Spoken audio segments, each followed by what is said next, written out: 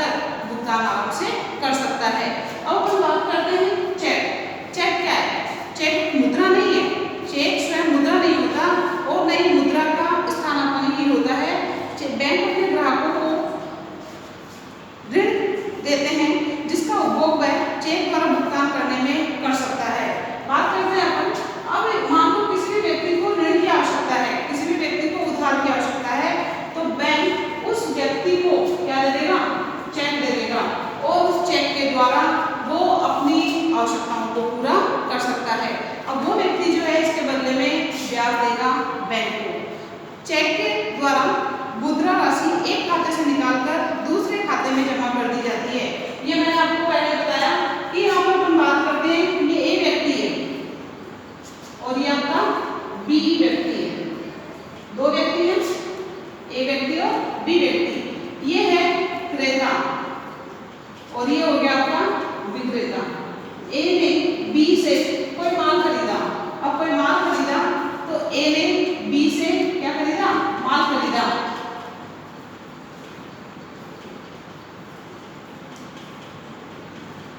अब ए व्यक्ति इसको कैश पैसा न देकर इस व्यक्ति के नाम का क्या दे देगा? चेक दे देगा।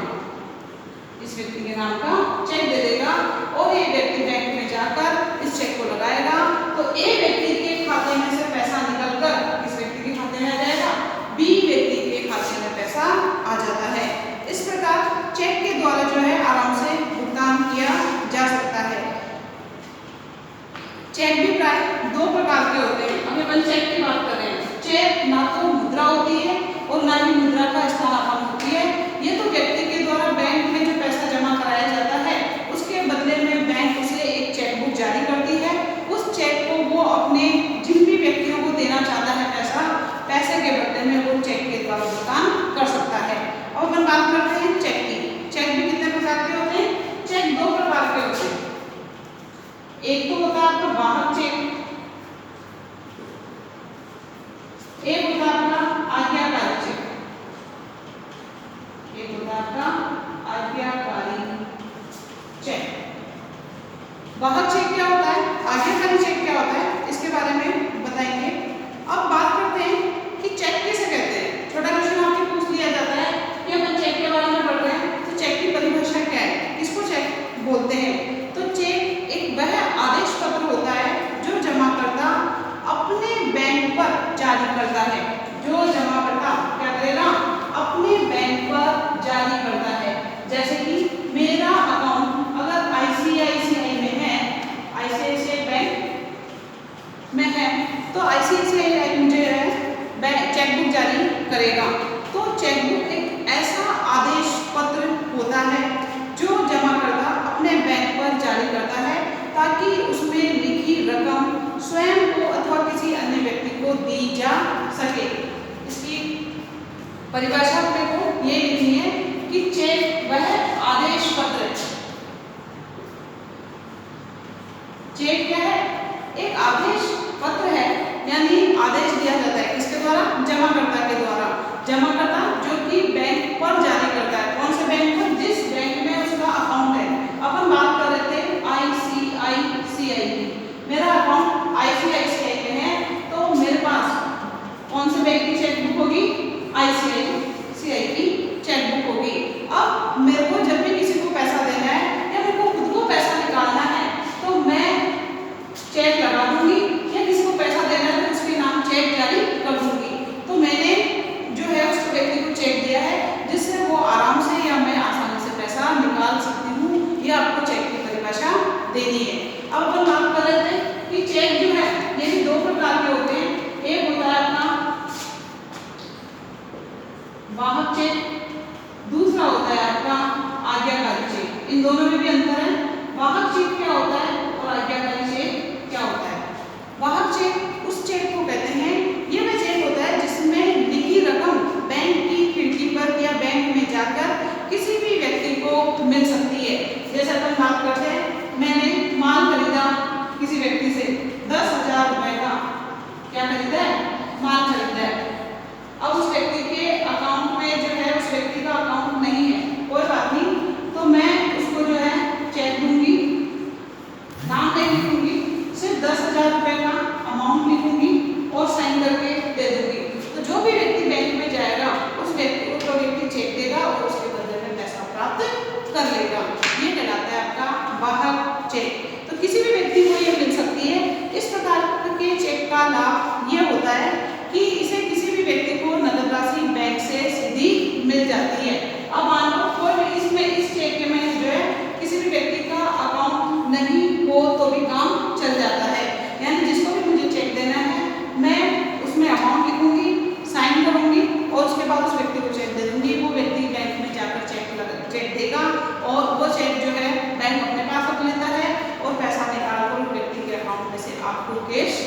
देता है। ये वाहन चेक में ये सुविधा मिलती है। लेकिन ऐसे चेक में एक समस्या भी पाई जाती है। लेकिन ऐसे चेक में क्या होता है, ये चेक अगर खो गया, मान लो मेरे को किसी ने चेक दिया है और 10,000 रुपये का मैंने उसे मार दिया है और मेरे से ये चेक खो गया, रास्ते में गिर गया, तो जिस व्यक्ति को ये मिलेगा वो व्यक्ति बैंक में जाकर वो राशि प्राप्त कर सकता है। तो ये चेक जो ऐसे चेक का प्रयोग काफ़ी सावधानी पूर्वक किया जाना चाहिए, क्योंकि अगर ये खो जाता है तो इससे नुकसान की संभावना हो सकती है। ये आपका वाहन चेक था। अब अपन बात करते हैं आज्ञाकारी चेक। सेकंड जो है आज्ञाकारी चेक, इसका रुपया या इसका जो अमाउंट होता है ये उसी व्यक्ति को मिलता है जिनका नाम चेक पर लिखा होता है। जैसे मैंने शाम से माल लिया है, और शाम के नाम से ही मैं अब चेक बनाऊंगी। ये चेक जो है शाम अपने उस बैंक में जाकर लगाएगा और वो पैसा जो है शाम को ना मिलकर शाम के अकाउंट में ट्रांसफर हो जाता है। ये कहलाता है आपका आज्ञाकारी चेक। अब इसमें बात करते हैं अपन, इसमें आज्ञा प्राप्त व्यक्ति को ही मिलता है, इसलिए ये आज्ञाकारी चेक कहलाता है। अब मान लो शाम को मैंने या शाम के नाम चेक बनाया है, लेकिन शाम को भी जो है तीसरे व्यक्ति को पैसा देना है, तीसरे व्यक्ति को पैसा देना है, तो इसमें तीसरे व्यक्ति को भी पैसा मिल सकता है। पहले व्यक्ति का पैसा तीसरे व्यक्ति को भी मिल सकता है। जैसे बात करते हैं अपन, उदाहरण बताती हूँ मैं आपको। राम के पास एक चेक आया, राम के पास क्या आया, एक चेक आया। ये चेक राम का नहीं है, ये चेक पहले से ही पहले किसी व्यक्ति के पास से राम के पास आया है, क्योंकि राम ने हो सकता है उस व्यक्ति को माल बेचा होगा। तो राम के पास क्या है, चेक आया है, और वह चाहे तो शाम को इसका भुगतान दिलवा सकता है। अब राम ने भी मान लो शाम से माल लिया है, शाम से माल राम ने लिया है, और राम ने जो माल है वो सतीश से लिया है। ठीक है, सतीश क्या कर रहा है, चेक जारी कर रहा है और उसने चेक राम को दे दिया। अब राम को भी तो भुगतान करना पड़ेगा, क्योंकि राम भी तो जो है शाम से माल लेके आया है। तो राम जो है उस चेक को शाम को भी उसको भुगतान दिलवा सकता है। इसके लिए उसे क्या करना पड़ेगा, उस चेक के पीछे शाम के पक्ष में बेचान करनी होगी। यानी जो सतीश का चेक जो भी राम के पास आया है, वो पीछे बैक साइड में जो है शाम के पक्ष में, यानी शाम का अकाउंट नंबर, शाम का नाम वगैरह, मोबाइल नंबर, ये सारी चीजें उस चेक के पीछे डालनी पड़ती है। व्यवहार में आज्ञा चेक पर जो है 2 आड़ी रेखाएं भी डाल दी जाती है।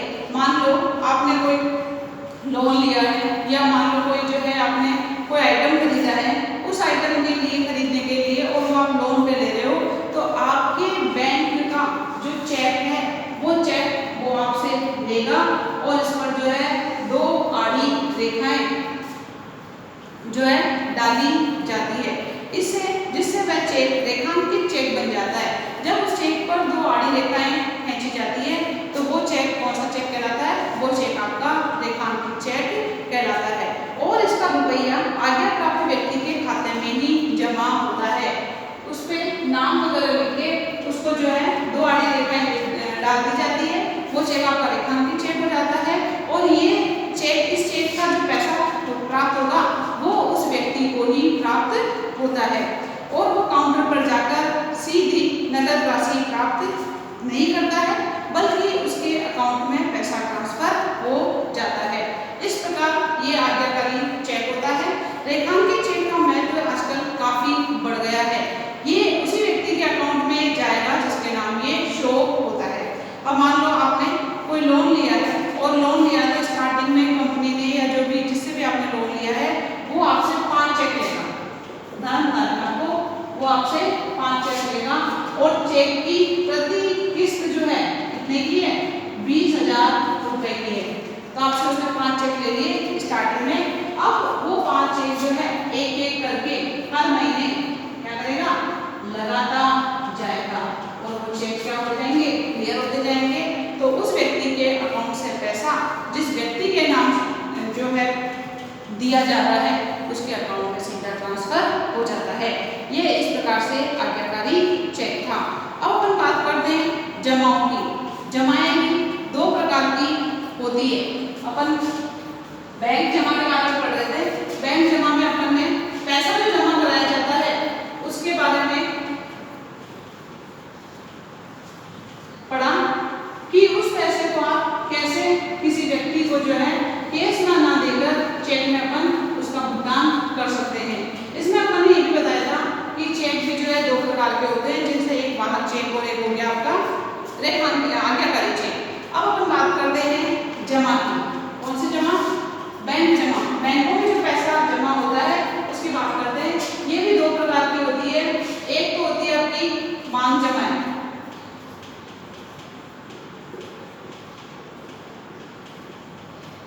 क्या होगी? मांग जमा। और एक होती है अवधि जमा। अवधि जमा जिसको फिक्स्ड डिपॉजिट बोलते हैं। मांग जमा जो बैंकों में पैसा जमा कराया जाता है और जब व्यक्ति को पैसों की आवश्यकता होती है तो बैंक को वो पैसा वापस लौटाना पड़ता है, इसलिए इसे मांग जमाएं कहते हैं। छोटा क्वेश्चन आ सकता है आपके कि जमाएं कितने प्रकार की होती है? तो जमाएं दो प्रकार की होती है। एक होती है मांग जमा और एक होती है अवधि जमा। या मांग जमा किसे कहते हैं, अवधि जमा किसे कहते हैं? तो मांग जमा जो व्यक्ति है ये अपनी सुविधा के लिए करवाता है बैंक में जमा, क्योंकि बैंक में चोरी की संभावना नहीं होती है और व्यक्ति पैसे को अपने पास रखने की जोखिम से भी मुक्त हो जाता है। ऐसी मांग जमाओं का ज्यादातर यूज जो है व्यापारियों के द्वारा, उद्योगपतियों के द्वारा, व्यवसायियों के द्वारा किया जाता है। जैसे ही वो वस्तु को बेचते हैं बनाकर तो उनके पास मुद्रा या पैसा आता है, उस पैसे को वो बैंकों में जमा करा सकते हैं और जब उन्हें पैसों की आवश्यकता होती है तो वो आराम से कैश पैसा भी निकाल सकते हैं या चेक के द्वारा भी भुगतान कर सकते हैं। ये अधिकतर व्यापारियों के लिए, उद्योगपतियों के लिए, पूंजीपतियों के लिए होता है। इसमें ब्याज की दर जो है काफी कम या न के बराबर होती है। दूसरी होती है आपकी अवधि जमा, जिसको अपन क्या बोलते हैं? Fixed deposit. ये वह जमाएं होती है जो किसी निश्चित अवधि के बाद ही वापस प्राप्त होती है। जैसे मान लो किसी व्यक्ति के पास 2 लाख रुपए पड़े, उसे वो क्या करना चाहता है? उसे वो निवेश करना चाहता है। वो निवेश जो है बिजनेस में ना करके उसने उस पैसे को क्या कर दिया? फिक्स्ड डिपॉजिट कर दिया।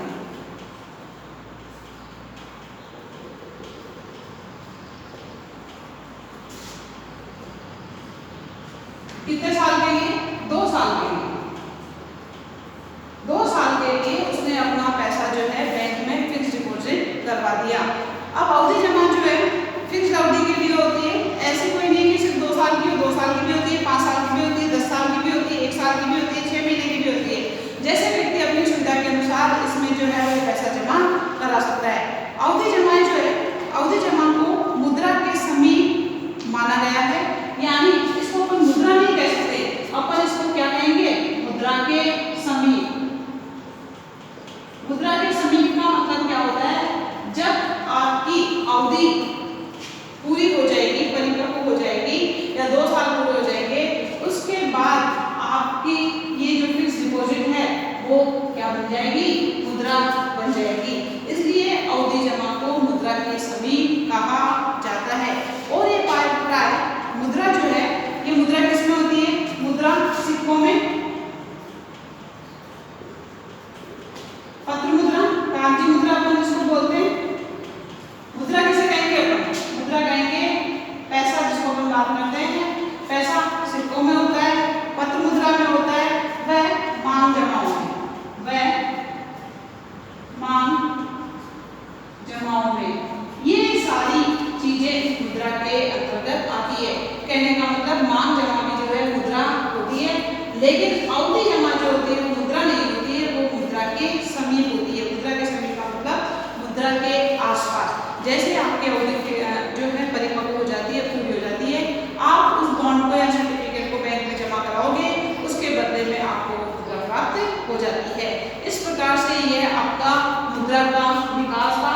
मुद्रा की अपन बात करते हैं तो सिक्कों के रूप में 5 रुपए का सिक्का, 10 रुपए का सिक्का जो है यह आपका किया जाएगा पत्र मुद्रा। 2 रुपए से लेके 2000 रुपए तक के जो नोट होंगे वो पत्र मुद्रा में आ जाएंगे।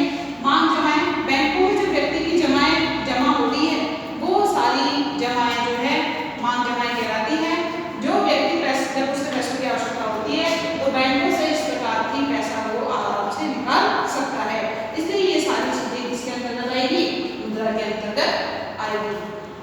नेक्स्ट अपन करेंगे मुद्रा का वर्गीकरण कि मुद्रा को कैसे और कितने भागों में बांटा गया है। मुद्रा का वर्गीकरण जो करेंगे अपन, इससे पहले अपने को एक इंडेक्स बनानी पड़ेगी, एक सारणी बनानी पड़ेगी।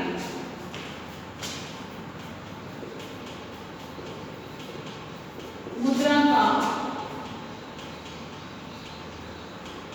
वर्गीकरण, सबसे पहले मुद्रा का वर्गीकरण प्रकृति के आधार पर। फर्स्ट क्या हो जाएगा आपका, प्रकृति के आधार पर मुद्रा का वर्गीकरण किया गया, प्रकृति के आधार पर। इसके बाद कानूनी मान्यता के आधार पर, कानूनी मान्यता के आधार पर भी वर्गीकरण किया गया, कानूनी मान्यता के आधार पर। नेक्स्ट आता है आपका वस्तु के आधार पर, वस्तु के आधार पर मुद्रा का वर्गीकरण।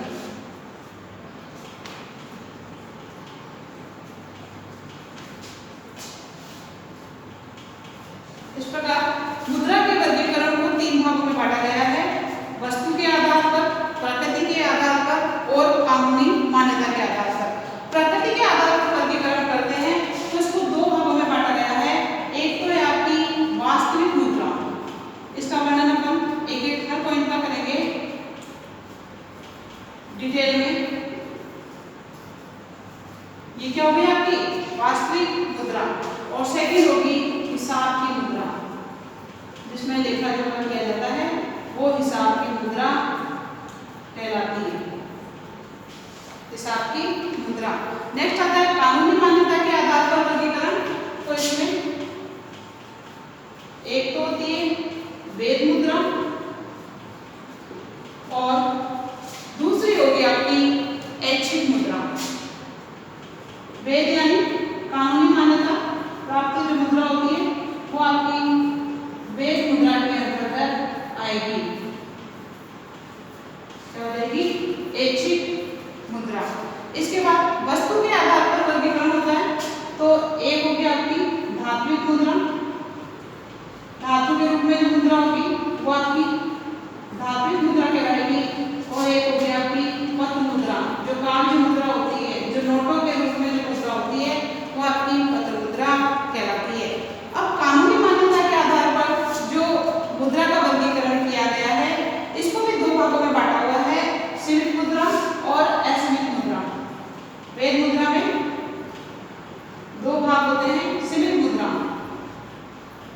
कहने का मतलब लिमिटेड जो मुद्रा होती है वो सीमित मुद्रा कहलाती है, और एक होती है आपकी असीमित मुद्रा, अनलिमिटेड जो मुद्रा होगी, नाम से स्पष्ट है, असीमित मुद्रा होती है। अब हम बात करते हैं धात्विक मुद्रा को। तो धात्विक मुद्रा को भी 2 भागों में बांटा हुआ है, धात्विक मुद्रा को भी 2 भागों में बांटा गया है। एक तो होती है प्रतीक मुद्रा, प्रतीक मुद्रा, और एक होती है आपकी मानक मुद्रा, प्रतीक मुद्रा और मानक मुद्रा। ये आपकी वस्तु के आधार पर वर्गीकरण था। पत्र मुद्रा की हम बात करते हैं तो पत्र मुद्रा को 3 भागों में बांटा हुआ है।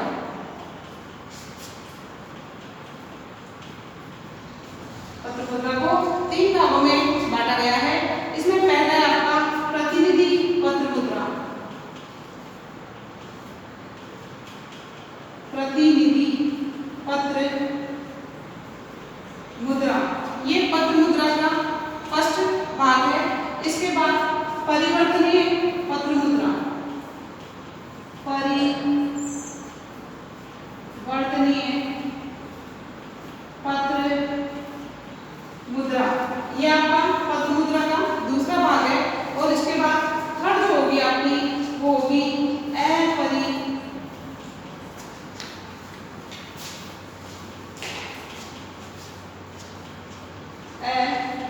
अपरिमेय